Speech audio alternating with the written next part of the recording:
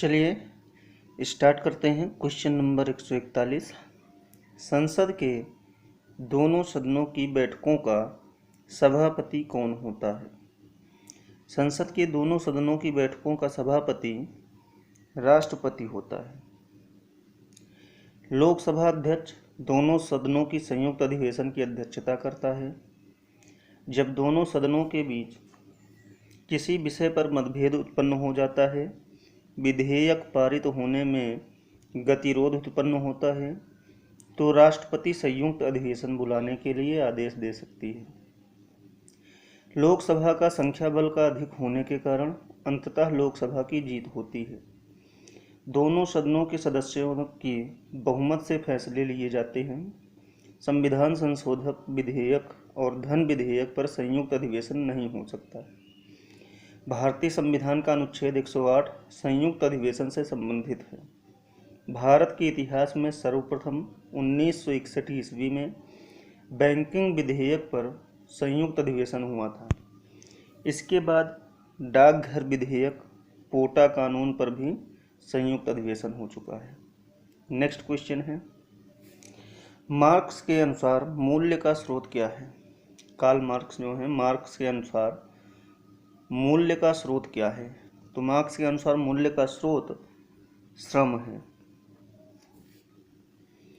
Marks German के महान समाजशास्त्री थे। मार्क्स ने श्रम को पूंजी का आधार माना है। कार्ल मार्क्स ने विश्व के मजदूर को एक होने का नारा दिया।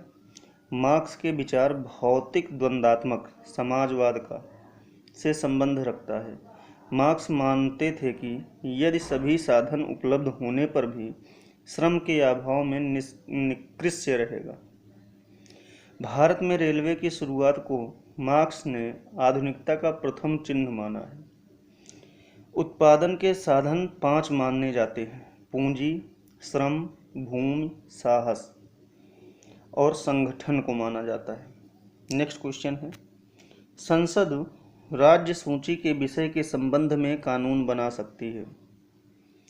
संसद राज्य सूची के विषय में विषय के संबंध में कानून बना सकती है यदि राज्यसभा ऐसा संकल्प पारित करती है तब।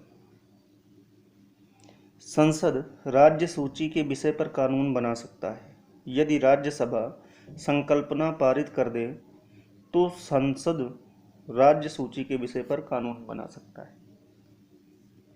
अनुच्छेद 249 के अधीन राज्यसभा यदि यह घोषित कर दे कि कोई विषय जो राज्य सूची में है उस पर राज्य हित में कानून बनाने की आवश्यकता है, जो संसद को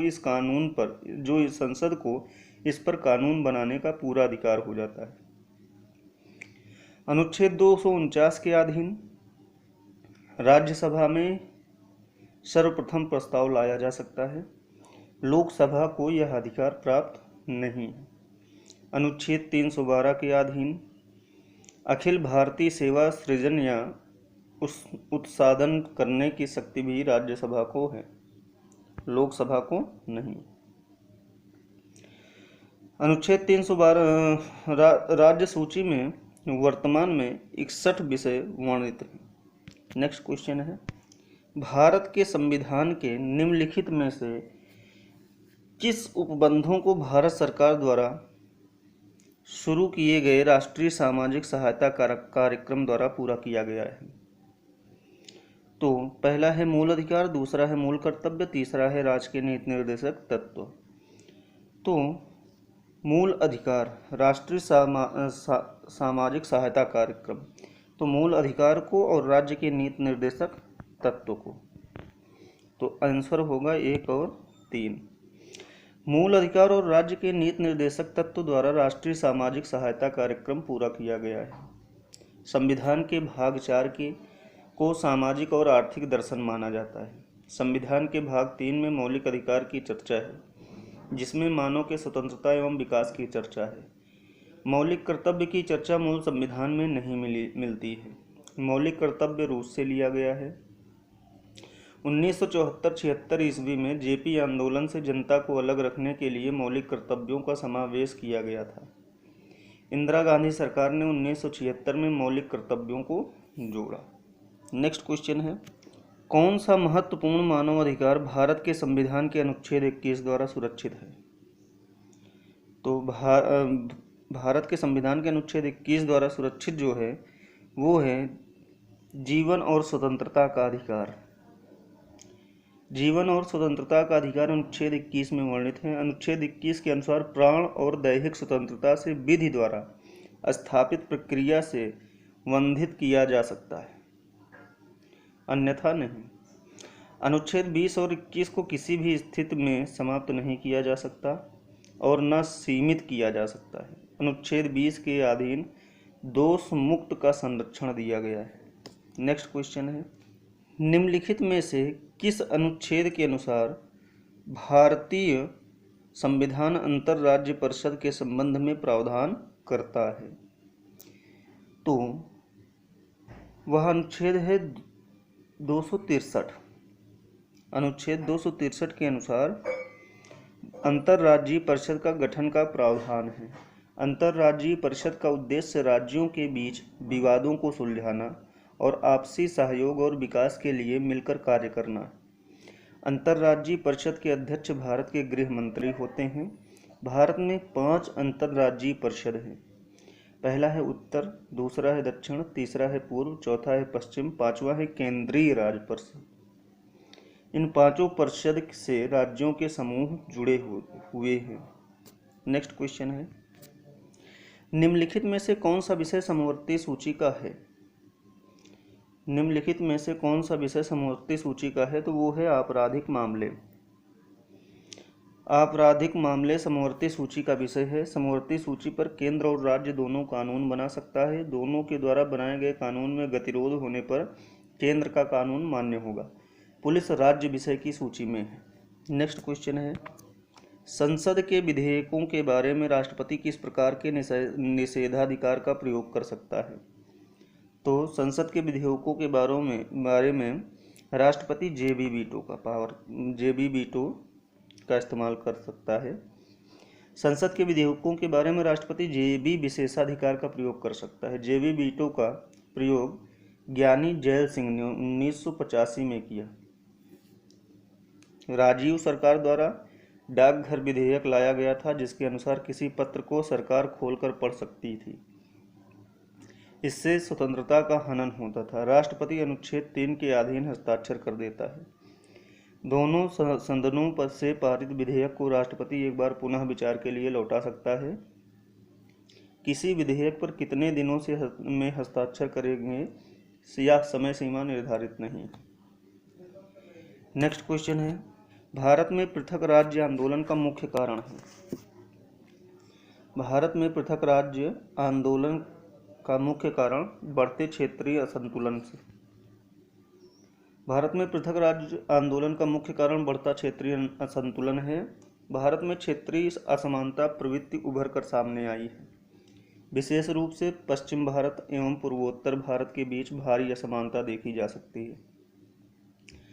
राज्यों के बीच भी असमानता देखी जा सकती है। महाराष्ट्र में विदर्भ, गुजरात में सौराष्ट्र, उत्तर प्रदेश में पूर्वी उत्तर प्रदेश, बिहार में मिथिला, ऐसे ही क्षेत्र हैं। नेक्स्ट क्वेश्चन, भारतीय संघ की राजभाषा है? भारतीय संघ की जो राजभाषा है वो देवनागरी लिपि में हिंदी। भारतीय संघ की राजभाषा देवनागरी लिपि में है। भारतीय संविधान के अनुच्छेद 343 से 351 तक भाषा संबंधी प्रावधान का उल्लेख है।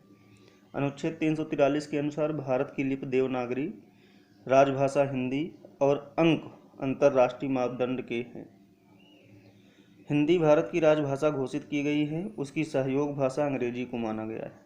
नेक्स्ट क्वेश्चन है, लोकतंत्र में जनमत को आधिकारिक स्वरूप किसके माध्यम से मिलता है? लोकतंत्र में जनमत को आधिकारिक स्वरूप संसद के द्वारा, संसद के माध्यम से मिलता है। लोकतंत्र का आधार स्तंभ है जनता। लोकतंत्र का प्रतीक है संसद। लोकतंत्र जनता के द्वारा जनता के हित में जनता के लिए शासन है। अब्राहम लिंकन ने सर्वप्रथम कहा था। लिच्छवी गणराज्य विश्व की प्राचीनतम गणतंत्र है। गोपाल और रजिया सुल्तान को जनता ने राजा चुना था।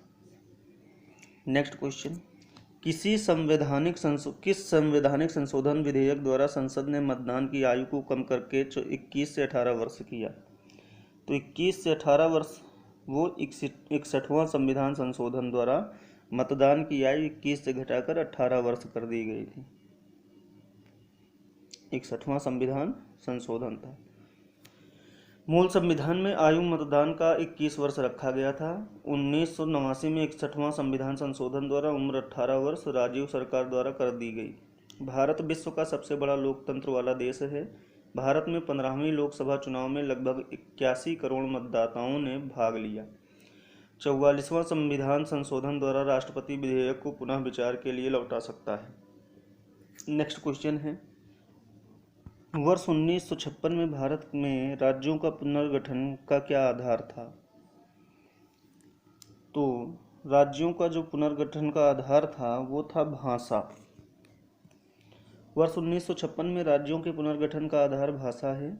आंध्र प्रदेश देश का प्रथम राज्य है जो अक्टूबर 1953 ईस्वी में भाषा के आधार पर अलग राज्य बना। राज्य पुनर्गठन आयोग के अध्यक्ष फजल अली थे। धर्म के आधार पर भारत पाकिस्तान 2 देश बन गए। जाति के आधार पर हिंदू समाज को कमजोर किया गया है। धर्म का अर्थ है धारण करना, कर्म करना ही धर्म है। नेक्स्ट क्वेश्चन है, योजना का विषय किस सूची में आता है? योजना का विषय समवर्ती सूची में आता है। नियोजित अर्थव्यवस्था सर्वप्रथम रूप में शुरू की गई 1928 से। भारत में योजना के आधार पर अर्थव्यवस्था चलाने के प्रयास के लिए राष्ट्रीय योजना समिति 1938 ईस्वी में नेहरू की अध्यक्षता में शुरू किया गया। 15 मार्च 1950 को भारत में योजना आयोग की स्थापना हुई। योजना आयोग केंद्र द्वारा मुख्यतः बनाया जाता है और राज्यों द्वारा लागू किया जाता है। नेक्स्ट क्वेश्चन है, भारत के चुनाव आयुक्त की नियुक्ति कौन करता है? भारत के चुनाव आयुक्त की नियुक्ति राष्ट्रपति करता है। राष्ट्रपति मुख्य चुनाव आयुक्त के साथ 2 अन्य आयुक्तों की नियुक्ति भी करता है। 1993 में पूर्व केवल मुख्य चुनाव 1993 के पूर्व केवल मुख्य चुनाव आयुक्त हुआ करते थे। 2 अन्य आयुक्त नहीं होते थे। चुनाव आयुक्त हटाने का अधिकार संसद को है। महाभियोग जैसी प्रक्रिया से चुनाव आयुक्त को गुजरना पड़ता है। नेक्स्ट क्वेश्चन है, भारत में आधारिक लोकतंत्र निम्न में से कौन सुनिश्चित करता है? भारत में आधिकारिक लोकतंत्र पंचायती राज सुनिश्चित करता है। पंच परमेश्वर प्रेमचंद्र की कहानी है। प्रेमचंद्र भारत के उपन्यास सम्राट माने जाते हैं। पंचायती समिति के प्रधान को प्रमुख कहा जाता है। कार्यपालिका अधिकारी को प्रखंड विकास अधिकारी द्वारा दिया जाता है। ग्राम का मुखिया या प्रधान कहलाता है। अंतर राज्य परिषद का गठन अनुच्छेद 263 के अधीन होता है। नेक्स्ट क्वेश्चन है, पंचायती राज प्रणाली किस सिद्धांत पर आधारित है? पंचायती राज प्रणाली विकेंद्रीकरण सिद्धांत पर आधारित है। पंचायती राज व्यवस्था पर अशोक मेहता समिति जनता दल सरकार द्वारा बनाया गया था, जिन्होंने 2 स्तरीय पंचायती राज व्यवस्था की सिफारिश की थी। अशोक मेहता समिति ने जिला स्तर पर, दूसरा मंडल स्तर पर। अशोक मेहता ने पंचायती राज व्यवस्था की सबसे मूलभूत इकाई ग्राम सभा को समाप्त करने की सिफारिश की थी। नेक्स्ट क्वेश्चन है, सर्वसत्ता संपन्न संसद की अवधारणा किस देश की देन है? सर्वसत्ता संपन्न संसद की अवधारणा इंग्लैंड की देन है। इंग्लैंड में संसद सर्वोच्च है। संसद आधारभूत ढांचा को नहीं बदल सकती है। भारत में संविधान के अधीन शक्ति दी गई है। ब्रिटेन का संविधान अलिखित है, भारत का संविधान लिखित है। संविधान सभा ने संविधान बनाने में 64 लाख रुपए खर्च किए। नेक्स्ट क्वेश्चन है, निम्नलिखित में से किस भाषा को केंद्रीय सरकार द्वारा श्रेण्य भाषा या क्लासिकल भाषा का दर्जा दिया गया है? तो तमिल को। तमिल भाषा को भारत में क्लासिकल भाषा का दर्जा दिया गया। संस्कृत भारत की प्राचीनतम भाषा है जिसे क्लासिकल भाषा का दर्जा प्राप्त है। भारत में संस्कृत देव भाषा मानी गई है। कालिदास भारत में संस्कृत के सबसे बड़े कवि थे। नेक्स्ट क्वेश्चन, संसदीय प्रकार की सरकार की एक प्रमुख विशेषता है। संसदीय प्रकार की सरकार की एक प्रमुख विशेषता संसद के प्रति मंत्रिपरिषद का सामूहिक उत्तरदायित्व। लोकतंत्र का आधार सामूहिक उत्तरदायित्व होता है। सामूहिक उत्तरदायित्व का अच्छा उदाहरण है कि यदि मंत्रिपरिषद के किसी सदस्य के प्रति अविश्वास प्राप्त होता है तो संपूर्ण मंत्रिमंडल को त्यागपत्र देना होता है। दूसरा उदाहरण, यदि किसी कारणवश प्रधानमंत्री त्यागपत्र देता है तो संपूर्ण सरकार का पतन हो जाता है। संसद सामूहिक रूप से जनता के प्रति उत्तरदायी होती है। कार्यपालिका पर विधायिका का नियंत्रण बजट सत्र, निंदा प्रस्ताव, स्थगन प्रस्ताव, कार्य रोको प्रस्ताव, अविश्वास प्रस्ताव आदि द्वारा होता है। तो दोस्तों, ये था आज का 20 क्वेश्चन, जो कि किसी भी परीक्षा की दृष्टि से बहुत ही इम्पोर्टेंट है। तो उम्मीद करते हैं आप लोगों को अच्छा लगा होगा। अगर वीडियो पसंद आए तो लाइक, शेयर और सब्सक्राइब करना ना भूलिएगा। धन्यवाद।